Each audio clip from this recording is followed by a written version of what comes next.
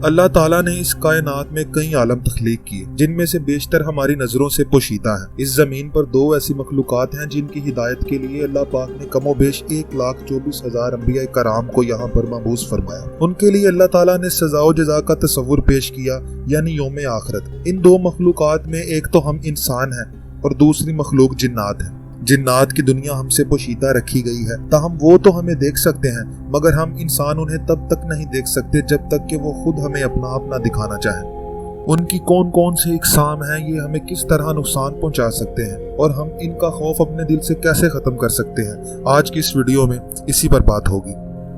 दोस्तों, facts affairs में खुशामदीद। जिन्नात में भी मुसलमान जिन और गैर मुस्लिम जिन्नात पाए जाते हैं, जबकि हमें तंग करने वाले ज्यादातर जिन गैर मुस्लिम या काफिर जिन होते हैं और ये जिन्नात शयातीन कहलाए जाते हैं। जिन्नात की जो बड़ी 3 इकसाम हैं, उनमें से पहली किस्म के जिन वो होते हैं जो नकल मकानी करते हैं, मतलब कि वो एक जगह से दूसरी जगह सफर में ही रहते हैं। और इनमें दूसरी किस्म के जिन्नात वो हैं जो उड़ सकते हैं, वो हवा में बिजली की रफ्तार से सफर कर सकते हैं और कुछ ही लम्हों में जमीन के एक हिस्से से दूसरे हिस्से पर पहुंच जाते हैं। दोस्तों, यही वो जिन होते हैं जो जादूगरों को खबरें ला कर देते हैं। जब अल्लाह पाक पहले आसमान पर फरिश्तों को अहकामात नाजिल करते हैं तो ये उड़ने वाले जिन कान लगाकर उन्हें सुनते हैं, जिसके बदले में फरिश्ते उन्हें शाबे साकिब मारते हैं। अक्सर रात में जो हमें आसमान से गिरता हुआ कुछ दिखाई देता है, जिसे कुछ लोग टूटता हुआ तारा समझते हैं, हकीकत में वो शाबे साकिब होते हैं जो वो उन जिन्नात को पढ़ रहे होते हैं। और इनमें तीसरी किस्म के जिन वो होते हैं जो शेप शिफ्टर्स होते हैं, यानी वो अपनी शक्ल, अपना हुलिया तब्दील कर सकते हैं। वो इंसानी शक्ल में भी आ सकते हैं, मगर ज्यादातर ये जिन काले कुत्ते और काले सांप की शक्ल में जाहिर होते हैं। ये भी जरूरी नहीं कि हर काला कुत्ता कोई जिन ही हो, बल्कि उसकी निशानी ये है, अगर किसी काले कुत्ते के माथे और चेहरे पर सफेद रंग के डॉट्स हों तो आप समझ लें कि वो जिन होगा जो कुत्ते की शक्ल में है। अगर इस हालत में आप उस कुत्ते को मार देते हैं तो उसके साथ साथ वो जिन भी मर जाएगा। जिन्नात में जो शयातीन जिन हैं, उनका सरखेल और उनका लीडर शैतान इब्लीस है, क्योंकि शैतान ने अल्लाह को चैलेंज किया था कि वो इंसानों को गुमराह करेगा, तो वो अपने इन्हीं चेलों की मदद से अपने मिशन में लगा हुआ है। इब्लीस ने इनकी ड्यूटीज लगाई हुई हैं। कुछ जिन घरों में होते हैं जो कि घरों में लड़ाई झगड़ा और फसाद पैदा करने की जद्दोजहद में लगे रहते हैं, और अगर इन घरों में ड्यूटी करने वाले जिन्नात किसी मियाँ बीवी में झगड़ा करवाएं तो शैतान इस अमल पर खुश होकर उन्हें गले लगाता है और शाबाशी देता है, क्योंकि एक मियाँ बीवी आने वाली नस्लों के जिम्मेदार होते हैं। वो इनमें झगड़े करवा कर आपसी रंजिशों में उलझाए रखते हैं ताकि खानदानी निजाम तबाह हो सके। लेकिन इसका हल सूरह बकरा है। जिस घर में सूरह बकरा की तलावत हो, ये शैतान उस घर में नहीं आ सकते। दोस्तों, फिर कुछ जिन्नात की ड्यूटी हिंदू मंदिरों में लगी होती है। भगवान की मूर्तियों के पीछे दरअसल ये जिन्नात ही होते हैं जो लोगों से शिर्क करवाते हैं, क्योंकि शैतान इब्लीस का सबसे बड़ा मिशन उन्हें इंसानी से शिर्क करवाना है, ताकि वो अपने रब के सामने झुकने और अपने रब से मांगने की बजाय उन मूर्तियों से मांगे। मूर्तियों की पूजा पाठ करने वाले अक्सर लोगों की छोटी मोटी ख्वाहिश भी ये जिन पूरी कर देते हैं, ताकि लोगों का ईमान उन पर मजबूत रहे।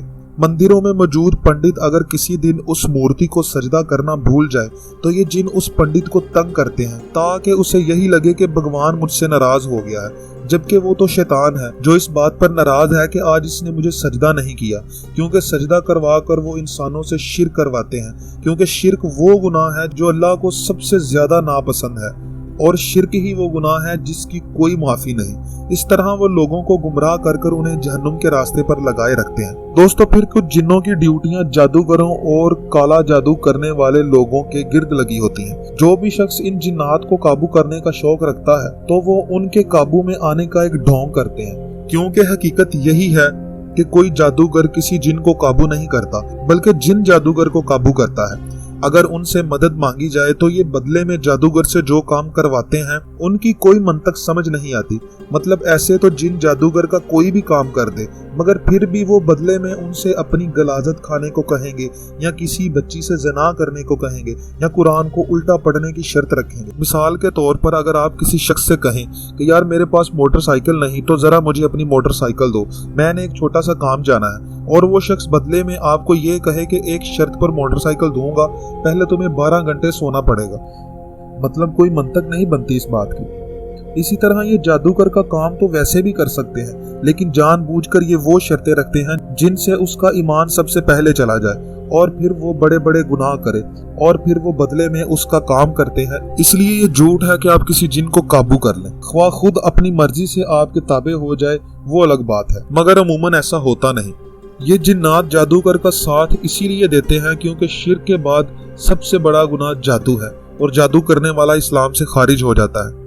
दोस्तों, इसके बाद जिस जिन की ड्यूटी हम पर 24 घंटे लगी होती है ताकि वो हर इंसान के दिमाग में वसवसे डाले, उस जिन को हम ज़ात कहते हैं। जब किसी एक इंसान की पैदाइश होती है तो वो सिर्फ एक इंसान की नहीं बल्कि उसके साथ दो और मखलूकात भी पैदा होती हैं। हर इंसान के साथ एक फरिश्ता और एक शैतान पैदा किया जाता है। फरिश्ता हमें अच्छाई की तरगीब देता है, जबकि जो हमजाद है वो हर वक्त बुराई के वसवसों में उलझाए रखता है। हम जितने गुनाह करते हैं हमारा हमजाद उतना ताकतवर हो जाता है और फरिश्ता उतना ही कमजोर। फिर एक वक्त आता है जब हमजाद मुकम्मल तौर पर इंसान पर काबू पा चुका होता है और उस इंसान से हमेशा गलत काम करवाता है। दोस्तों, जो फरिश्ता होता है आप उसे ज़मीर ही समझ लें, जो हर बुराई करने से पहले मलामत करता है।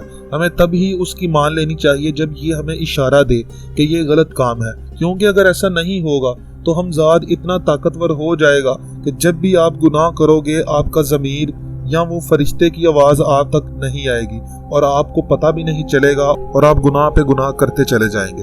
दोस्तों, ये हकीकत है कि इन जिन्नात की उम्रें हम इंसानों से बहुत ज़्यादा होती हैं और इनकी ताकत भी हम इंसानों से ज़्यादा है, मगर जिस बिना पर अल्लाह ने इंसानों को तमाम मखलूक़ात पर बरतरी दी है वो अकल है।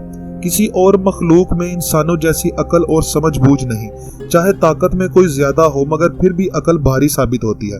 मिसाल के तौर पर अगर आपकी कुश्ती एक सांड से हो तो यकीनन ताकत के दम पर सांड 1 मिनट में उठाकर फेंक देगा, मगर अकल का इस्तेमाल करते हुए सांड के गले में रस्सी डालकर अगर आप एक बच्चे के हाथ में भी रस्सी थमा दें तो वो बच्चा जिस सिमत चाहे उस सांड को ले जा सकता है। दोस्तों, इसी तरह जिन्नात में ज्यादा से ज्यादा उम्र वाले जिन में भी एक 9 साल के बच्चे जितनी अकल होती है।